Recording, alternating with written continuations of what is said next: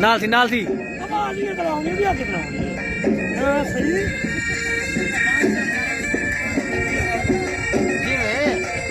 ਬਾਕੀ ਤਾਂ ਫੜ ਜਾਂਦੀ ਹੈ ਪੱਕੇ ਕੋ ਮੜੇ ਥੋੜੇ ਜਿਹੇ